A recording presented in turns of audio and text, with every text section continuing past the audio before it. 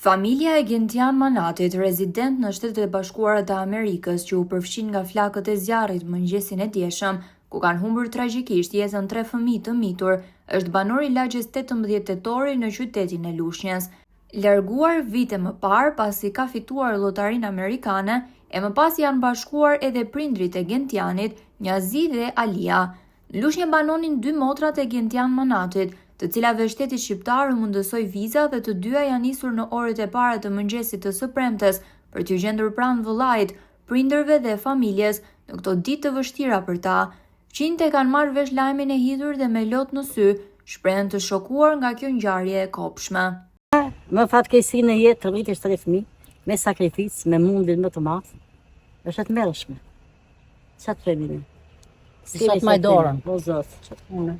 Ato kanë nikur ato çupat sot, se dhe ato ishin këtu, e s'ka njëri parë. Ato kanë Morët vesh, s'ka më keq më. Hajtë në dindur, jo se jemi komshin, ponët e djalin e ka rritur. Me gjitha mënyrat njëra tjetër, njëra sa me din, e mi ginë bëjë çdo të betën, çdo gjë, edhe për më të gjithë më të mirën, u largu nga vendi, edhe kur gëzi në ora 5 e mjëzit, që doli Abeli, tragjike është. Udhimi e madhe.